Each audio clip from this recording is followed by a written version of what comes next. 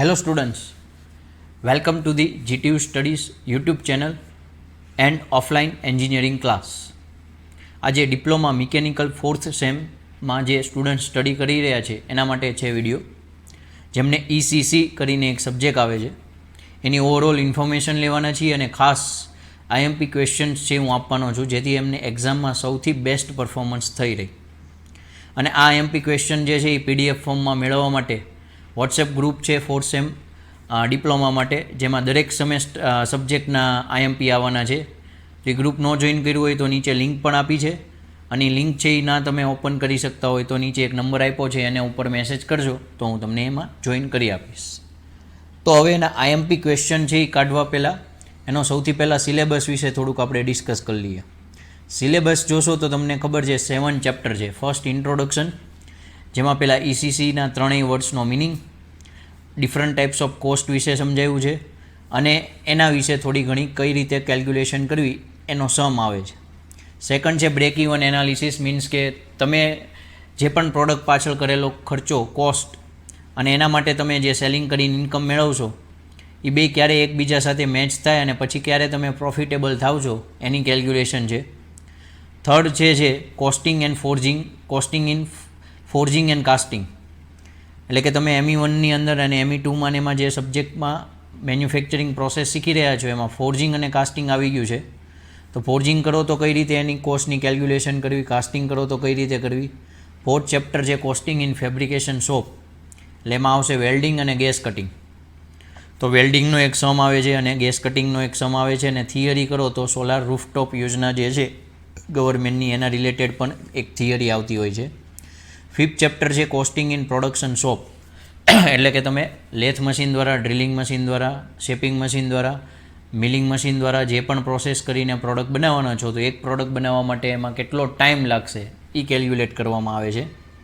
Six છે costing of various processes, એટલે કે ફર્નિચર માટેનું કેલ્ક્યુલેશન, થર્મલ પાવર પ્લાન્ટ માટેનું, ડીઝલ પાવર પ્લાન્ટ માટેનું, આઈસ પ્લાન્ટનું અને પાઉચ પેકિંગનું. આ 5 પ્રકારના વેરિયસ પ્રોસેસીસના તમને અલગ અલગ વાઇઝ છે કઈ રીતે કેલ્ક્યુલેશન કરવું એનું સમજાવે છે. અને લાસ્ટ પાછું થિયરિટિકલ ચેપ્ટર છે બજેટિંગ એન્ડ કોન્ટ્રાક્ટિંગ. હવે તમે એનું વેઇટેજ જુઓ તો first chapter 10 marks, second 8 marks, third 12, fourth 12, fifth 12, 6, 8 અને 7, 8. એટલે વેઇટેજ વાઇઝ જોવા જાવ તો થર્ડ, ફોર્થ, ફિફ્થ ચેપ્ટર છે એનું વેઇટેજ વધારે છે. ફર્સ્ટ ચેપ્ટર જે છે એના ક્વેશ્ચન 1A 1Bમાં આવતા હોય છે, એટલે એના કોઈ ઓપ્શન નહીં હોય એટલે એ ચેપ્ટર કરી જ લેવું. સેકન્ડ ચેપ્ટર જે સૌથી ઇઝી છે, એની અંદર એક જ પ્રકારનો સમ આવે છે અને એમાં 2 કે 3 જ થિયરી છે કે બ્રેક ઇવન ચાર્ટ કઈ રીતે ડ્રો કરવો અને એના કયા એઝમ્પશન છે અને એમાં અમુક કોસ્ટમાં ફેરફાર કરો તો શું તમારે ચાર્ટની અંદર ચેન્જ આવી શકે છે, એ કરી નાખાય. અને પછી ત્રીજું, ચોથું ને પાંચમું એમાં થોડુંક ફિફ્થની અંદર વેરિએશન હોય છે તો થર્ડ, ફોર્થ કરી નાખાય, અને લાસ્ટ થિયરિટિકલવાળું છે તો એ થોડુંક પાકું કરી નાખો તો કોઈ દી પાસિંગ ન થાય એવો પ્રોબ્લેમ આવે નહીં, પાસ તો થઈ જ જવાય. અને એ પ્રમાણે પછી મેં લાસ્ટ જે પણ પેપર છે એ નીકળ્યા છે ECCની અંદર, જ્યારે આ સબ્જેક્ટ ઇન્ટ્રોડ્યુસ થયું નવો, એટલે જૂનો આવતો જ તો ફિફ્થ સેમેસ્ટરની અંદર, પણ નવા ઇન્ટ્રોડ્યુસ થયા પછી 2 પેપર નીકળ્યા છે, અને પહેલાં સેમ સબ્જેક્ટ જૂના સિલેબસમાં આવતો જ તો. એટલે એ બધા મેં 5 પેપર છે એ ટોટલ સ્ટડી કરી અને એનામાં ઓવરઓલ શું IMP છે એ બધું IMP ક્વેશ્ચનની અંદર કવર કરેલું છે. તો આ એની IMP ક્વેશ્ચન છે, જેમાં મેં તમને ફર્સ્ટ ચેપ્ટરની અંદર ટોટલ 5 ક્વેશ્ચન છે, 3 થિયરિટિકલ અને 2 સમ.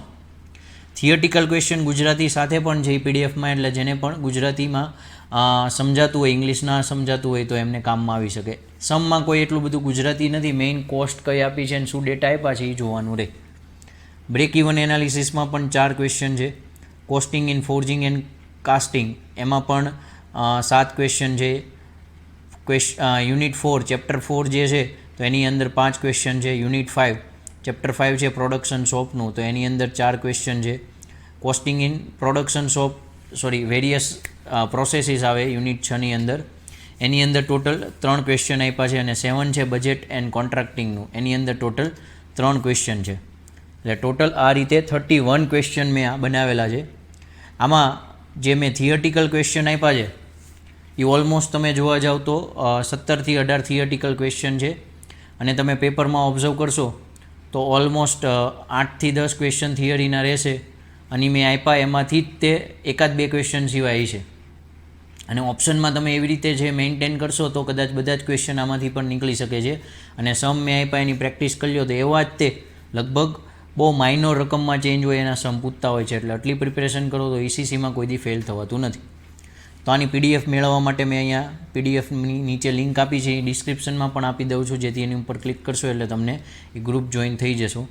અને એ સિવાય કોઈ પણ ક્વેરી હોય તો મેં તમને પર્સનલ નંબર અહીંયા મેન્શન કરેલો છે, એના ઉપર કોન્ટેક્ટ કરી શકો છો. બીજા પણ મીડિયમ છે, ઇન્સ્ટાગ્રામ એકાઉન્ટ છે આપણું, ટેલિગ્રામમાં પણ આ મૂકતો હોઉં છું, તો એ ચેનલ છે એ જોઈન કરી લેજો.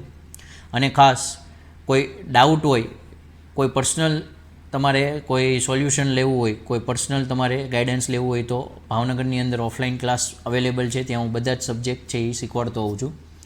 તો આઈ થિંક તમને આ વિડીયો છે એ સમજાણો હોય છે, બધાને શેર કરજો જેથી એમને હેલ્પફુલ થાય. અને કોઈ પણ IMP રિલેટેડ કાંઈ ક્વેરી હોય તો તમે પર્સનલ મેસેજ કરીને પણ જણાવી શકો છો. તો વિડીયો જોવા બદલ થેન્ક યુ.